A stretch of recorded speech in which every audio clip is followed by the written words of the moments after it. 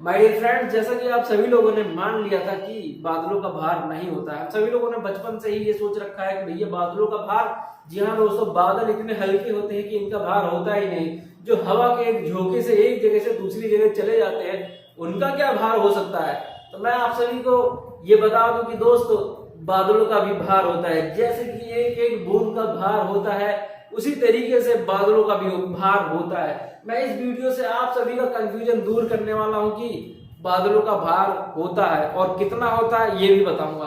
तो जैसा कि मैं दोस्तों आप सभी को बता दूं कि अगर हम मान लें कि बादलों का भार होता है और बहुत ज्यादा होता है, तो धरती का जो आकर्षण है, यानी कि जो गुरुत्वाकर्षण है, वो बादलों को तो खींचना चाहिए और ऊपर से बादलों का भार भी है तो धरती की तरफ आके चिपक जाएगा। जी हाँ दोस्तों, ये आप कमेंट बॉक्स में इसका उत्तर जरूर बताना कि ऐसा क्यों नहीं होता है। तो मैं आप सभी को बता दूं दोस्तों, थोड़ा सा हम अपने बचपन की तरफ चलते हैं कि हमने बचपन में ये माना था कि भैया बादलों का भार नहीं होता है। लेकिन इसका आंसर जब हमने अपने टीचरों से पूछा कि भैया जब बादलों का भार नहीं होता है तो वो हमारे अंतरिक्ष में तो तैरना चाहिए, यानी कि पृथ्वी को छोड़कर कहाँ चले जाना चाहिए, अंतरिक्ष में, यानी कि स्पेस में। लेकिन बादल भैया बहुत वफादार होते हैं, किसके, हमारे पृथ्वी के।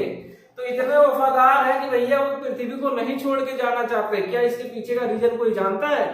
माय डियर फ्रेंड्स, हर चीज का कुछ ना कुछ एक रीजन होता है जिसको हमें फाइंड कर लेना चाहिए। आप सभी लोग जानते हैं भैया, न्यूटन भैया को तो कौन नहीं पहचानता, कौन नहीं जानता, कौन नहीं उनके बारे में सुना होगा। तो उन्होंने कुछ ऐसा कहा था कि जब वो सेब के पेड़ के नीचे बैठे हुए थे तो उनके सर पे एक सेब आकर गिरा। कुछ एक ऐसा ही विश्लेषण है, लेकिन बहुत लोग इसे नहीं मानते हैं क्योंकि किताबों में ऐसा नहीं लिखा हुआ है।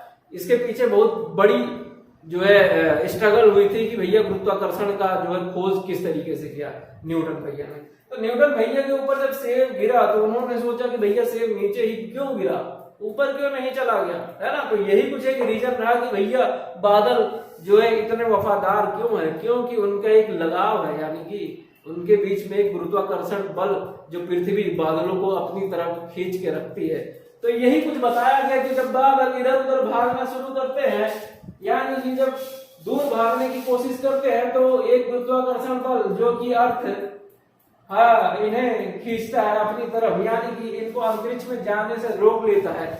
अगर ऐसा होता तो अब तक बादल तो गुमशुदा हो चुके होते और उनको ढूंढना और फाइंड करना बड़ा मुश्किल हो जाता।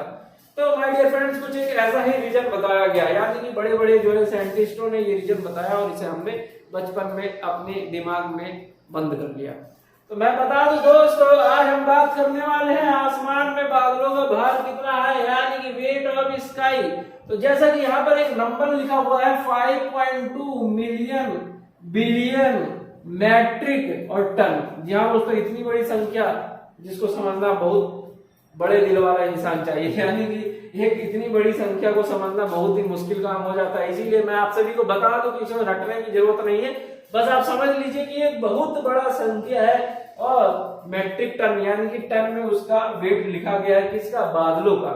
तो इसको समझने के लिए मैं कुछ एक और दूसरा तरीका बता देता हूं कि अगर आप लोगों ने हाथी देखा होगा, यहाँ दोस्तों कौन नहीं हाथी देखा होगा, यहाँ तक कि कई लोगों ने हाथी के ऊपर हाथ सवारी भी की होगी, जिसे इंग्लिश में पता नहीं क्या कहते हैं, लेकिन मैं आप सभी को बता रहा हूँ कि हाथी के ऊपर सवारी भी की होगी। तो मैं आप सभी को बता दूं कि ये जो बड़ी संख्या है ये इंडिया से रिलेट करती है। जी हाँ दोस्तों, इंडिया में हाथी के नंबरों की संख्या से रिलेट करती है। ऐसा मैं नहीं कहता, ऐसा United kingdom science and technology, जो कि बहुत बड़ी संस्था है, उन्होंने ही कहा है कि भैया ये जो बड़ी संख्या है ये इंडिया में जन्मे हाथी, यानी कि इंडिया में जितने भी अडल्ट हाथी हैं उनकी संख्या को डिनोट करता है। तो मैं आप सभी को बता दूं कि ये जो वेट है वो इक्विवेलेंट है किसके, मेरे डियर फ्रेंड्स, ये वेट है 570। जी हाँ दोस्तों, 570। और इसके बाद जो मैं लिखने वाला हूँ, मतलब आपके लिए बड़ा इंटरेस्टिंग होगा माय डियर फ्रेंड्स, आप देखकर हैरान हो जाएंगे। देखिए दोस्तों, मैं यहाँ पर कुछ एक लिखने वाला हूँ, 1 2 3 4 5 6 7 8 9 10 11 12। जी हाँ दोस्तों, 517 इंटू में 10 की पावर 12। तो इसको क्या लिखा जा सकता है, 570 इंटू में 10 की पावर 12 एलिफेंट्स। और ये एलिफेंट्स कौन से है भैया, कौन से एलिफेंट्स है, ये एलिफेंट्स है इंडियन।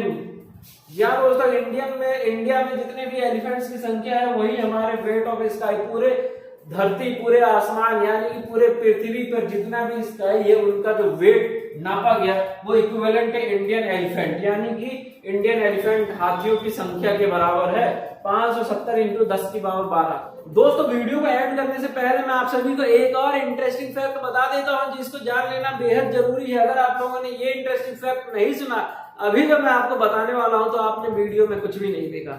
मेरे फ्रेंड्स मैं आप सभी को बता दूं कि यहाँ पर 570 into 10 to the power 12 Indian elephants जो मैंने लिखे है ना वो किसके बराबर है, वेट ऑफ स्काई। अभी तक मैंने यही बताया था, लेकिन आप सभी को बता दूं कि भैया ये इतना वेट होता है तो ये प्रेशर बनाता होगा, यानी कि इसका एक सरफेस प्रेशर है जो कि अर्थ के चारों तरफ लगे जा रहा है।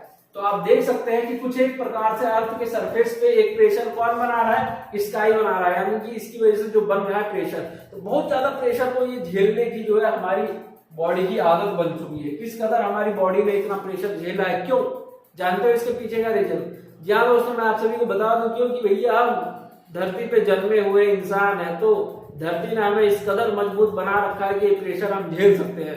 मैं आप सभी को अगर बता दूं कि दोस्तों अगर हम किसी और प्लेनेट पे होते यानी कि किसी और ग्रह पे होते और वहां का जो प्रेशर होता यानी कि यहाँ के प्रेशर से बहुत ज्यादा कम होता और वहां पर इतने स्काई वगैरह नहीं होते तो वहां पर जो हमारी ग्रोथ होती उस जगह पे जो हमारी ग्रोथ होती एज कम्पेयर टू इधर यानी कि अर्थ तो बहुत ज्यादा डिफर करता है। यानी कि अगर हमें वहां से दोबारा से अर्थ पे शिफ्ट किया जाता तो हमारी बॉडी 1 सेकंड में कोलैप्स कर जाती, यानी कि एकदम से रैप्चर कर जाती, क्योंकि हमें इतना हाई प्रेशर झेलने की आदत नहीं थी, क्योंकि भैया हम दूसरे ग्रह से आए हुए। लेकिन हमें ये प्राउड फील करना चाहिए कि हम भैया कहां पर अर्थ पे जन्मे हुए हैं जो कि हमारी बॉडी को इतना मजबूत स्ट्रक्चर प्रोवाइड कर चुकी है कि इतने प्रेशर को हम सहन कर सकते हैं। चलिए दोस्तों, तमाम सबूतों और गवाहों को मद्देनजर रखते हुए मैं आप सभी से इजाजत लेना चाहता हूं जिससे कि आपके लिए मैं नई नई इंटरेस्टिंग वीडियो जरूर ला सकूं। तो माय डियर फ्रेंड्स, आप अपना ख्याल रखें। जब तक के लिए जय हिंद, जय भारत।